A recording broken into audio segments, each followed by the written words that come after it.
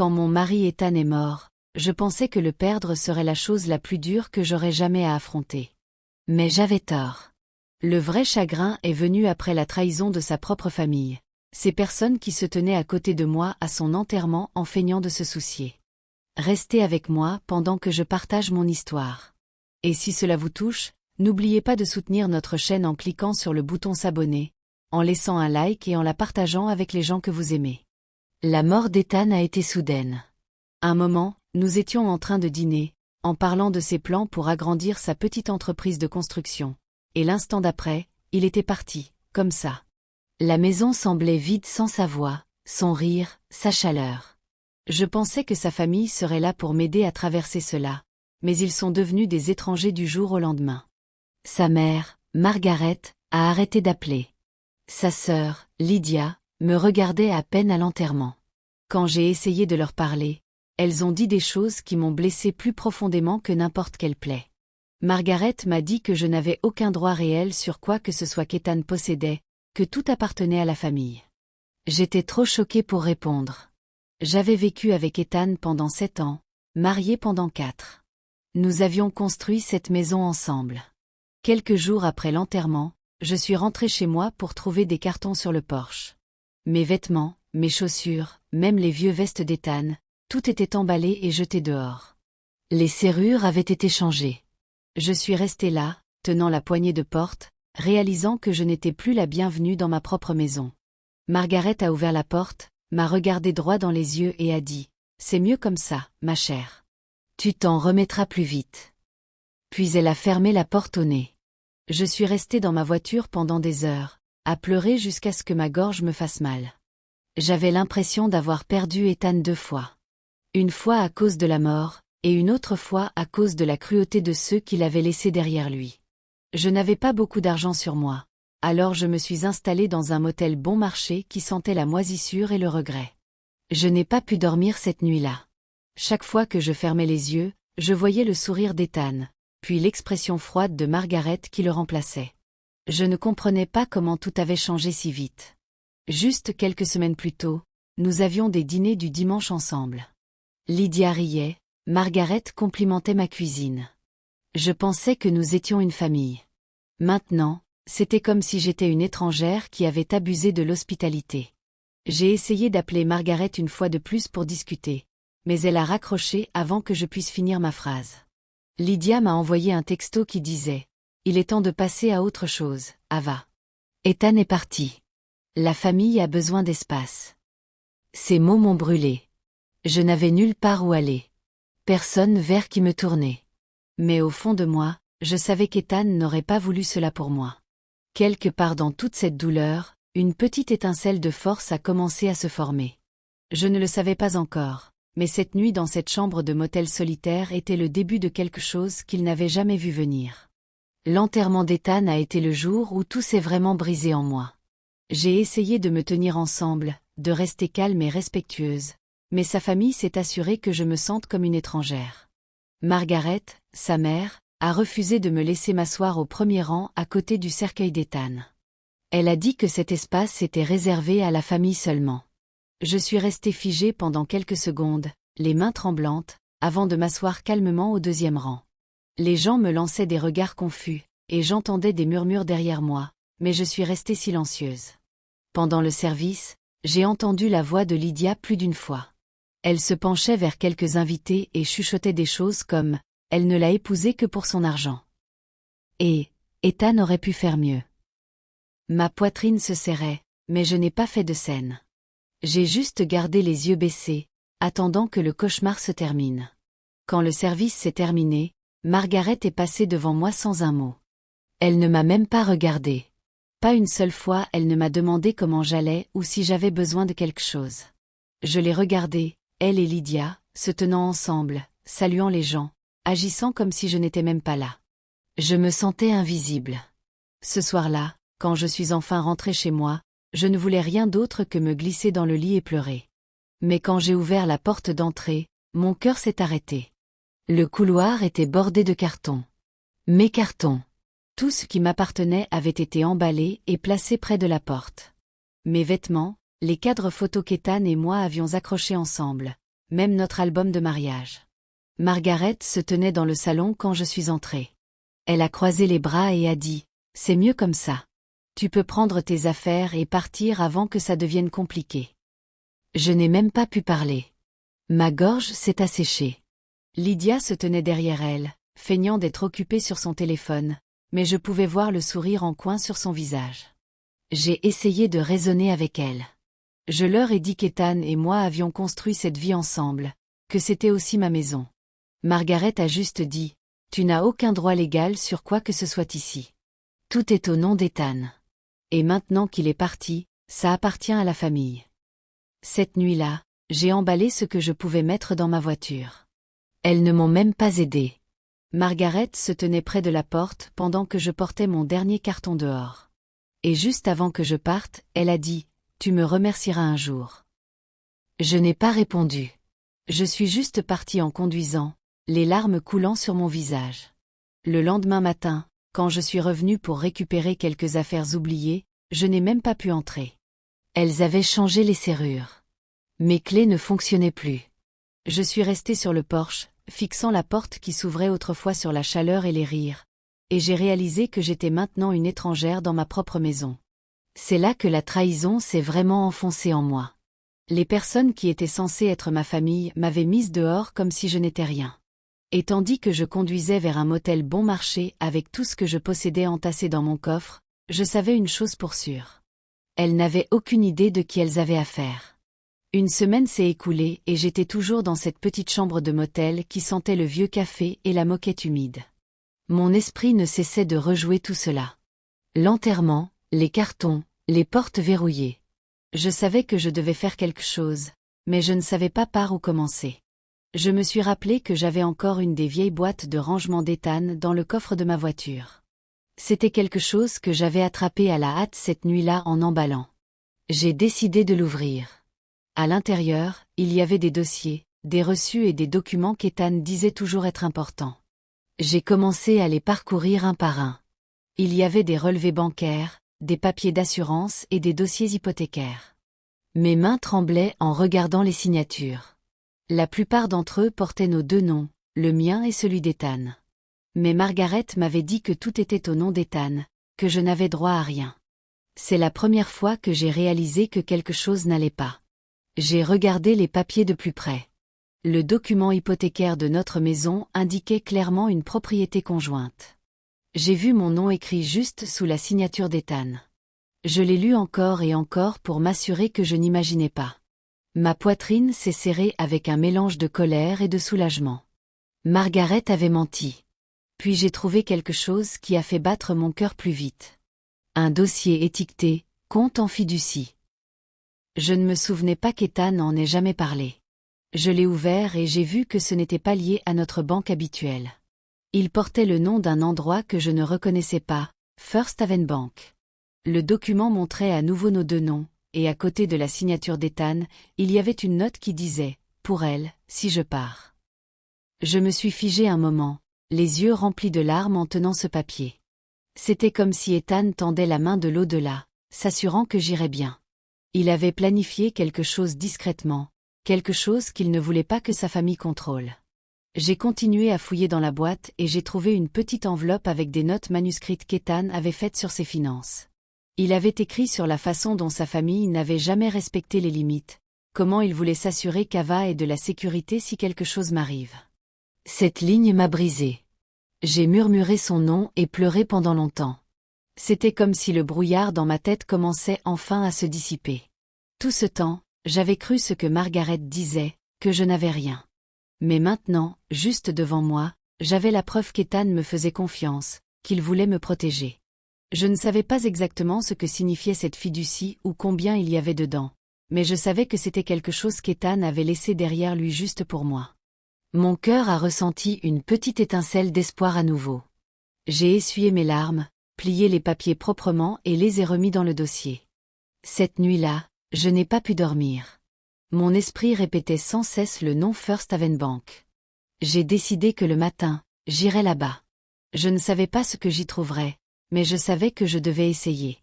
Ethan m'avait laissé une piste, et pour la première fois depuis sa mort, j'avais quelque chose à quoi m'accrocher.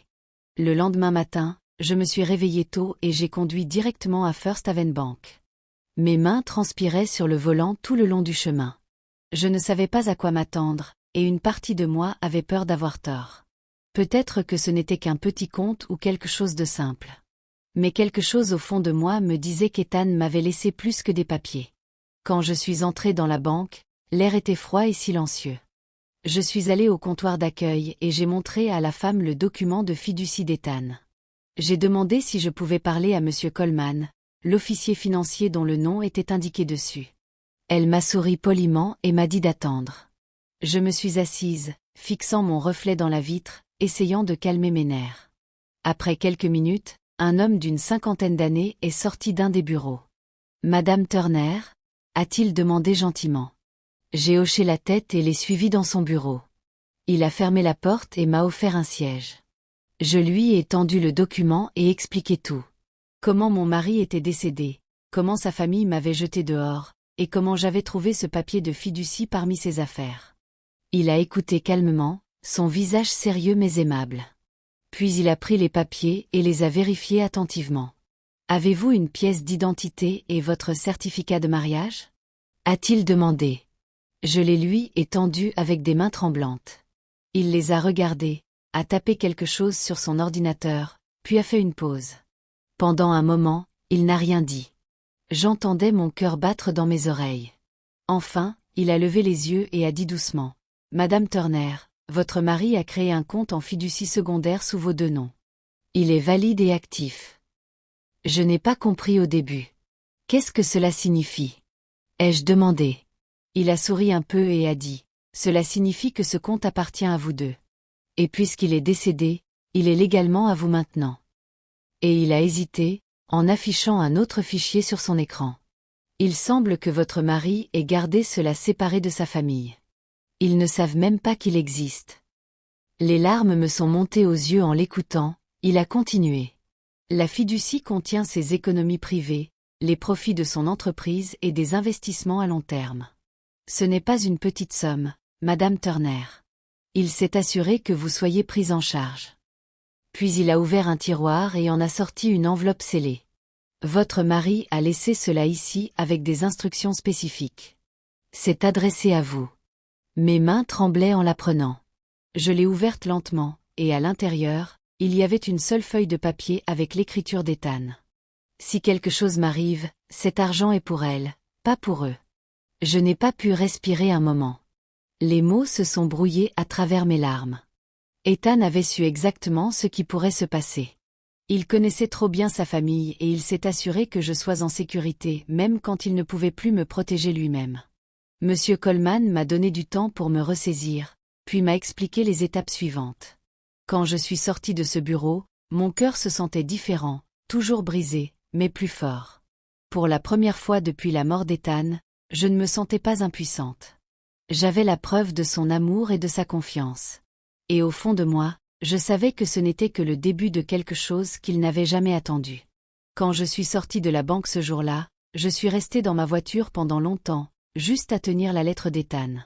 Le papier tremblait dans mes mains, mais mon cœur se sentait stable pour la première fois en semaine. C'était comme s'il était encore avec moi, me guidant, s'assurant que j'aille bien. Je pouvais presque entendre sa voix me dire de ne pas les laisser gagner. Pour la première fois depuis qu'il était parti, je ne me sentais pas perdue. Je me sentais protégée. Monsieur Coleman m'avait aidé à transférer tout légalement sur mon propre compte. Il m'a expliqué chaque étape attentivement et s'est assuré que je comprenne tout.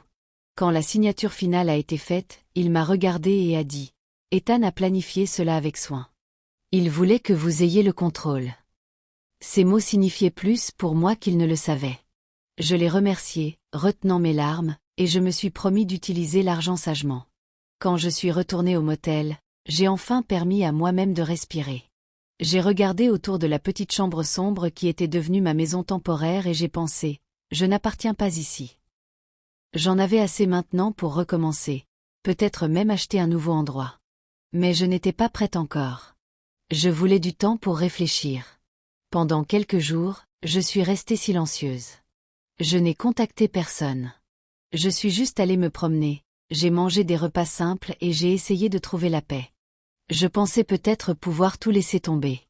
Les insultes, l'humiliation, être jeté de ma maison. Peut-être pouvais-je juste m'en aller et recommencer ailleurs.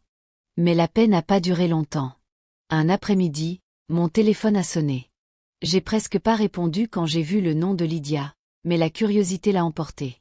Dès que j'ai dit allô, elle a commencé à parler comme si rien ne s'était passé. « Et, Ava » a-t-elle dit, sa voix légère et joyeuse. « Je voulais juste te dire que nous avons redécoré la maison. Elle est tellement mieux maintenant. Tu ne la reconnaîtrais même pas. » Je suis restée complètement silencieuse. Elle a ri doucement comme si elle était fière d'elle. « Oh, et nous nous sommes enfin débarrassés de ces vieux meubles que tu aimais tant. Ils étaient tellement démodés. » Quelque chose en moi s'est brisé à ce moment-là. Ma gorge brûlait et je sentais mes mains trembler. Mais cette fois, ce n'était pas de la peur. C'était de la colère. Le genre qui se construit lentement jusqu'à ce qu'on ne puisse plus l'ignorer. Je n'ai pas crié. Je ne lui ai pas donné la satisfaction de m'entendre pleurer. J'ai juste dit, profitez en tant que vous le pouvez. Et j'ai raccroché. Après cet appel, je suis restée assise calmement pendant longtemps, fixant le plafond. La lettre d'Ethan était encore dans mon sac. Je l'ai sortie et lue à nouveau. Cet argent est pour elle, pas pour eux. Le sens m'a frappé plus profondément cette fois. Ethan n'avait pas juste voulu me protéger. Il m'avait fait confiance pour me défendre. Cette nuit-là, tandis que je fixais par la fenêtre du motel, j'ai fait une promesse à lui et à moi-même. Je ne les laisserai pas effacer tout ce que nous avions construit. Elle pensait que j'étais faible, que je disparaîtrais simplement. Mais je n'allais nulle part. Après cet appel de Lydia, je n'ai pas beaucoup dormi. Je n'arrêtais pas de rejouer ces mots dans ma tête. Comment elle riait si facilement en parlant de redécorer la maison qu'Ethan et moi avions construite ensemble. Au début, je voulais foncer là-bas pour crier et exiger ce qui était à moi. Mais ensuite, je me suis rappelé la lettre d'Ethan. Il voulait que je sois forte, pas imprudente. C'est là que j'ai décidé d'être intelligente. Le lendemain matin, j'ai cherché un avocat spécialisé en succession et droit immobilier. J'ai trouvé un homme calme et âgé nommé Monsieur Jensen, dont le bureau était à seulement quelques kilomètres. Quand je l'ai rencontré, je lui ai tout raconté, de la mort d'Ethan à être jeté dehors, en passant par la découverte de la fiducie et des documents avec mon nom dessus. Il a écouté attentivement, hochant la tête sans interrompre, puis a demandé à voir les papiers. Je lui ai tendu les dossiers que j'avais rassemblés, l'accord hypothécaire, les documents de fiducie et la note manuscrite d'Ethan. Il les a parcourus lentement, prenant de petites notes sur un bloc. Quand il a fini, il s'est adossé à sa chaise et a dit « Ava, tout ici montre que vous n'avez pas seulement droit à une partie de la succession. La moitié appartient légalement à vous. » J'ai été sans voix un moment. « Vous voulez dire la maison ?» ai-je demandé calmement. Il a hoché la tête. « Oui, l'hypothèque liste vos deux noms. Elle n'avait aucun droit de changer les serrures ou de vous expulser de la propriété. Et puisqu'Ethan n'a pas laissé de testament transférant la propriété, votre part vous revient automatiquement en tant qu'épouse. Elles ont vécu dans votre propriété sans permission légale. » Entendre cela m'a rempli d'une force calme. Ce n'était plus de la colère. C'était de la clarté. Je lui ai dit que je ne voulais pas de drame ou de confrontation. Je voulais juste ce qui était légalement à moi. Il a souri et a dit « Alors nous ferons cela discrètement. » Au cours des jours suivants, M. Jensen a déposé une motion pour geler le titre de la propriété et sécuriser les comptes de la succession d'Ethan. Il a expliqué que cela empêcherait quiconque de vendre, transférer ou utiliser la propriété jusqu'à ce que le tribunal examine la propriété. Il a également organisé l'envoi de notifications à Margaret et Lydia via leur avocat. Je n'ai dit à personne ce qui se passait. J'ai juste attendu. 3 jours plus tard, mon téléphone a sonné. C'était Monsieur Jensen. Elles ont été notifiées, a-t-il dit simplement. Plus tard ce soir-là, j'imaginais la scène dans cette maison. Margaret ouvrant la lettre du tribunal, ses mains probablement tremblantes. Lydia se tenant derrière elle, confuse et effrayée. Elles ont dû réaliser à ce moment que tout ce qu'elles pensaient m'avoir pris leur glissait entre les doigts. Ce n'était plus une question de vengeance. C'était une question d'équité, de restaurer ce qui était à moi. Ethan avait construit cette maison avec amour, et je n'allais pas les laisser m'effacer de là. Pour la première fois en semaine, j'ai dormi paisiblement. Je savais que le combat n'était pas encore terminé, mais maintenant, il se déroulait selon mes termes, avec des preuves et la loi de mon côté. La partie calme de moi, celle qu'elles pensaient faible, commençait juste à montrer sa force.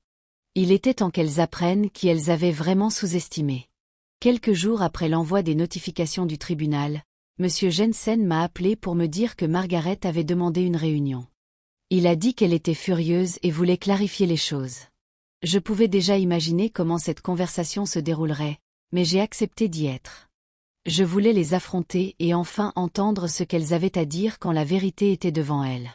Quand je suis arrivée au bureau de M. Jensen, Margaret et Lydia étaient déjà là. Margaret faisait les 100 pas dans la pièce, le visage rouge de colère. Lydia était assise calmement sur une chaise. Paraissant plus petite que d'habitude, sa confiance disparut. Dès que je suis entrée, Margaret s'est tournée vers moi et a lancé « Comment oses-tu nous faire ça ?» Je n'ai pas répondu. Je me suis juste assise à côté de mon avocat. Monsieur Jensen est resté calme en ouvrant un dossier rempli de documents. Il les a placés proprement sur la table, l'acte de fiducie, les papiers hypothécaires et des copies des instructions signées d'Ethan. Les yeux de Margaret passaient d'un papier à l'autre, mais elle n'a rien dit. « Tu as manipulé mon fils », a-t-elle enfin dit, pointant un doigt tremblant vers moi. « Tu l'as fait signer des choses qu'il ne comprenait pas. Ce n'est pas juste. » Monsieur Jensen n'a même pas scié. Il l'a regardé calmement et a dit « Madame Turner, votre défunt fils était très clair sur ses intentions. Ces documents ont été vérifiés par la banque, le registre d'État et des témoins. Les signatures d'Ethan correspondent parfaitement sur chaque formulaire. Rien n'a été falsifié. Rien n'a été forcé. » Margaret a essayé de parler à nouveau, mais sa voix s'est brisée. Lydia a baissé les yeux sur ses mains, le visage pâle. Elle a murmuré « Maman, peut-être devrions-nous arrêter. » Mais Margaret l'a ignoré. Monsieur Jensen a continué. « Tout ce que vous avez revendiqué appartient à la succession, et la moitié appartient légalement à Ava. Ethan a été très clair sur qui il faisait confiance et qui il voulait protéger. Il a tourné un des documents pour qu'elle puisse voir la note manuscrite d'Ethan, la même que j'avais tenue à la banque. » La pièce est devenue silencieuse. Le visage de Margaret est passé du rouge au blanc. Elle paraissait complètement défaite, comme si tout le combat l'avait quittée. Lydia s'est agitée inconfortablement sur sa chaise, les yeux brillants de larmes. Elle a essayé de les cacher. Après une longue pause, Margaret s'est enfin levée. « Il n'aurait jamais fait ça à sa propre famille », a-t-elle marmonné, sa voix se brisant. « Tu l'as tourné contre nous, même dans la mort. » Je voulais crier en retour, lui rappeler tout ce qu'elles avaient fait. Comment elles m'avaient verrouillé dehors. Comment elles avaient ri en redécorant. Mais je ne l'ai pas fait. Je l'ai juste regardé et ai dit calmement. Ethan a fait son choix et il a choisi de me protéger. Monsieur Jensen a rassemblé les papiers et a dit de sa voix ferme et professionnelle. Il n'y a plus rien à discuter. Le tribunal reconnaît la propriété d'Ava. La propriété et les fonds resteront gelés jusqu'à ce que tout soit transféré correctement. Margaret m'a fixé une dernière fois avant de se tourner vers la porte. Lydia l'a suivie en silence. Tandis qu'elle sortait, j'ai senti un calme étrange m'envahir. Je n'avais pas eu besoin d'élever la voix ou de chercher la vengeance. La vérité l'avait fait pour moi. Quand la porte s'est fermée, Monsieur Jensen m'a regardé et a souri faiblement. « La justice ne fait pas toujours de bruit », a-t-il dit. J'ai hoché la tête. Il avait raison. Je n'ai pas gagné. Des semaines plus tard, la décision du tribunal est enfin arrivée. Monsieur Jensen m'a appelé pour me dire que le juge avait accordé la pleine possession de la maison à moi. J'ai écouté calmement pendant qu'il lisait l'ordre, mon cœur stable mais lourd. Après tout, je ne célébrais pas. Je me sentais juste prête à reprendre ce qui était à moi. Quelques jours plus tard, je suis allée en voiture à la maison. Elle ressemblait à celle quand elle m'avait verrouillée dehors, sauf que le jardin était devenu sauvage et les rideaux étaient tirés. Pendant un moment, je suis restée sur le trottoir et j'ai pris une profonde inspiration. C'était l'endroit qu'Ethan et moi avions construit ensemble. La maison qui portait à la fois des rires et de la douleur. Quand j'ai remonté l'allée, j'ai vu Margaret et Lydia assises sur les marches du porche avec des cartons autour d'elles. Leurs visages étaient tirés, fatigué et plein d'amertume. Margaret a levé les yeux quand elle m'a vu. « Ava » a-t-elle commencé, sa voix plus douce que je ne l'avais jamais entendue. « S'il te plaît, nous n'avons nulle part ailleurs où aller. Donne-nous juste un peu de temps. » Je me suis rappelé cette nuit où je me tenais dehors sous la pluie, mes vêtements jetés dans des sacs poubelles, leur rire résonnant de l'intérieur pendant que je frappais à la porte verrouillée. Je me suis rappelé l'humiliation, le froid, l'incrédulité qu'elle puisse être si cruelle. Alors, je les ai regardés maintenant, non avec de la haine, mais avec le calme qui vient quand on n'a plus besoin de vengeance. « Maintenant, vous savez ce que ça fait » ai-je dit simplement. Les yeux de Margaret se sont remplis de larmes, et Lydia s'est détournée, feignant d'organiser ses affaires. Je n'ai rien dit de plus. Je n'ai pas élevé la voix ni traîné. L'ordre du tribunal leur avait donné 10 jours pour partir, et ce temps était écoulé. Les déménageurs qu'elles avaient engagés finissaient, chargeant les derniers cartons dans une camionnette garée au bord du trottoir. Je suis passé devant elles et ai déverrouillé la porte d'entrée. Le son familier de la clé tournant m'a frappé plus fort que je ne l'attendais. La maison était silencieuse, mais elle sentait la même chose. Un mélange de vieux bois et le parfum fin de lavande des bougies que j'allumais autrefois. À l'intérieur, tout paraissait différent. Les meubles étaient réarrangés. Certaines de mes affaires manquaient, et les murs avaient été repeints. Mais ça n'importait pas. C'était toujours ma maison. Et pour la première fois en moi, j'ai senti que je pouvais respirer à nouveau.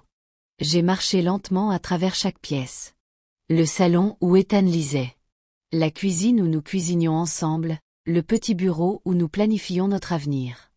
J'ai passé ma main sur les murs, non pour me rappeler la douleur, mais pour reclin ma paix. Dehors, j'entendais le bruit de la camionnette s'éloignant. Je n'ai pas regardé par la fenêtre. Je me suis juste tenue au milieu du salon, et fermé les yeux et ai écouté le silence. Quand je suis enfin allée à la porte, j'ai regardé une fois de plus la rue vide, puis les fermer doucement derrière moi. Pas de cris, pas de jubilation, pas de public, juste une fin calme à un chapitre cruel. J'étais à la maison à nouveau. En luttant, j'ai gagné en restant immobile et en laissant la vérité parler.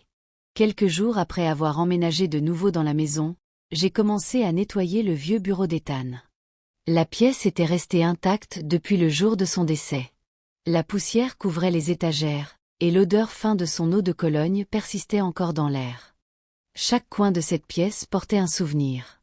Son rire, ses nuits tardives au travail, les moments calmes où nous nous asseyions ensemble et parlions de tout et de rien. Tandis que je commençais à trier les tiroirs de son bureau, j'ai trouvé de vieux reçus, des carnets et des photos fanées. Puis, tout au fond du tiroir du bas, j'ai remarqué quelque chose coincé entre 2 piles de papier, une enveloppe scellée. Elle était légèrement jaunie, mais mon nom était écrit dessus de la main familière d'Ethan. Mon cœur s'est arrêté un moment. Je me suis assise et l'ai fixé, effrayée de l'ouvrir. Mes mains tremblaient quand j'ai enfin brisé le sceau. À l'intérieur, il y avait une lettre pliée écrite de son style soigné et prudent. La première ligne m'a coupé le souffle. Si tu lis ceci, je suis partie. Je connais trop bien ma famille, mais je te fais confiance pour te battre pour toi-même. Cette maison, cette vie, tout est à toi. Ne les laisse pas te briser. Je l'ai lu encore et encore, les larmes tombant sur la page. Ces mots semblaient vivants, comme s'il était assis en face de moi, parlant doucement comme il le faisait autrefois. Il avait su ce qui se passerait. Il avait vu la cupidité dans sa famille bien avant que je ne la voie. Et il avait essayé de me protéger de la seule façon qu'il pouvait, en préparant tout. La fiducie, les documents, le compte à la banque. Rien n'avait été un hasard. Il avait tout planifié, étape par étape, s'assurant que j'aurais la force et les preuves nécessaires pour tenir bon. Chaque action que j'avais prise depuis sa mort. Trouver les papiers, rencontrer M. Coleman, engager l'avocat. C'était exactement ce qu'il voulait que je fasse. Je pouvais presque entendre sa voix dire « Tu t'en sortiras, Ava. Tu es plus forte que tu ne le penses. » Pendant longtemps, je suis juste restée là, tenant la lettre près de moi. La colère, la douleur et la solitude qui m'avaient suivi pendant des mois ont commencé à s'adoucir. Au lieu de l'amertume, j'ai ressenti de la gratitude. Ethan pouvait être parti, mais de toutes les façons qui comptaient, il me guidait encore. J'ai remis la lettre dans son enveloppe et l'ai placée dans une petite boîte avec notre photo de mariage. Puis, J'ai fermé le tiroir doucement. Le bureau ne semblait plus vide. Il semblait chaleureux, comme si la présence d'Ethan était encore là, veillant sur moi. Cette nuit-là, j'ai allumé une bougie sur son bureau et murmuré un merci calme. J'ai enfin compris que je n'avais pas lutté seul. Chaque mouvement, chaque décision avait fait partie de son plan silencieux pour me garder en sécurité. Et maintenant, avec ces mots dans mon cœur, des mois ont passé, et lentement la maison a commencé à me sembler mienne à nouveau. La colère qui remplissait autrefois l'air avait disparu, remplacée par le calme et la lumière. J'ai commencé à faire de petits changements, repeindre les murs, réparer le porche qu'Ethan avait construit, et nettoyer les choses qui me rappelaient la douleur. Je ne l'ai pas fait pour effacer le passé. Je l'ai fait pour recommencer, pour donner à l'endroit une nouvelle vie. Les pièces qui résonnaient autrefois d'arguments et de silence froid ont commencé à sembler chaleureuses à nouveau. J'ai ajouté des couleurs douces, de nouveaux rideaux et des photos encadrées d'Ethan et moi. Des moments où nous étions heureux et libres. Plus je travaillais, plus la maison se transformait, tout comme moi. Ce n'était plus un lieu de chagrin ou de trahison. C'est redevenu une maison, ma maison. Dehors, j'ai planté des roses près du porche, le genre qu'Ethan m'apportait chaque dimanche. Tandis que je les arrosais un matin, j'ai réalisé à quel point j'avais avancé. Il y avait un temps où je pensais avoir tout perdu. Mon mari, ma maison, mon sentiment d'appartenance. Mais maintenant, debout sous le soleil, je savais que je n'avais pas perdu. J'avais reconstruit. Margaret et Lydia étaient parties de ma vie complètement. Je n'ai plus jamais entendu parler d'elles après la décision du tribunal. Parfois, des gens en ville mentionnaient les avoir vues lutter pour trouver un nouvel endroit. Mais je ne ressentais ni joie ni pitié, juste la paix. Je n'avais pas besoin de les voir payer. La vie l'avait déjà fait à sa manière. Quand les gens me demandaient comment j'avais réussi à survivre à tout cela, être mise dehors, trahie et laissée seule, je souriais simplement et disais, parfois, la meilleure vengeance est de laisser la vérité parler. Parce que c'était vrai. Je n'ai détruit personne. Je n'ai pas lutté avec des mots ou de la haine. J'ai juste laissé la justice suivre son cours. Et à la fin, la vérité s'est dressée plus haute que n'importe quel mensonge qu'elles avaient dit. Chaque soir, je m'asseyais sur le porche avec une tasse de thé et regardais le soleil se coucher. Je pensais à Ethan, à quel point il avait aimé cette maison, à quel point d'efforts il avait mis pour en faire la nôtre. Et bien que je le manque profondément, je pouvais enfin sentir la paix qu'il voulait pour moi. Les nuits ne semblaient plus lourdes. Le silence ne faisait plus mal. La douleur s'était transformée en force calme. J'ai réalisé que la vengeance n'a pas toujours besoin d'être bruyante ou cruelle. Parfois, c'est juste reclin ce qui est à toi et avancer sans regarder en arrière. Tandis que les roses fleurissaient, j'avais l'impression qu'Ethan était là avec moi, regardant, fier que j'ai gardé la tête haute et le cœur stable. J'avais traversé la trahison, le chagrin et la solitude et j'en étais sortie plus forte. Je n'ai pas gagné en brisant les autres. J'ai gagné en me relevant, en reconstruisant et en retrouvant la paix à nouveau.